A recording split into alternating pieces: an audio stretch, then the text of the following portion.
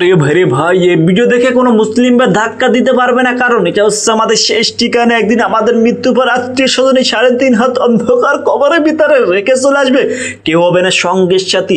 আপনি একবার ভেবে দেখুন, দুদিনের দুনিয়ায় ময়ে ফেলে আল্লাহ পাক রব্বুল আলামিনকে ভুলে দুনিয়ার পরে যত প্রকার খারাপ কাজ ফাঁপা কাজ জিনা করতেছেন, মৃত্যুর পর আমলনামা খারাপ থাকলে কবরে এতই ভয়ঙ্কর হয়ে যাবে। কবরে আযাব যদি দুনিয়ার মানুষ দেখতে পারতো ভাই, মানুষ পাগল হয়ে যেত।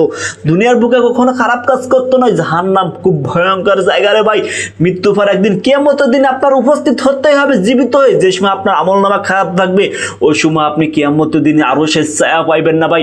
ওই সময় আপনার মাথার উপরে এক বুলস্ত মাথার উপরে সূর্য থাকবে, সূর্যের তাপে আপনার ঘিলু টকবক টকবক করতে থাকবে ভাই। কেমনে সহ্য করবেন ওই ঘিলু? আপনার গা বেয়ে ভাই পার নিচে চলে যাবে, এতই ভয়ঙ্কর দিন যাবে রে ভাই।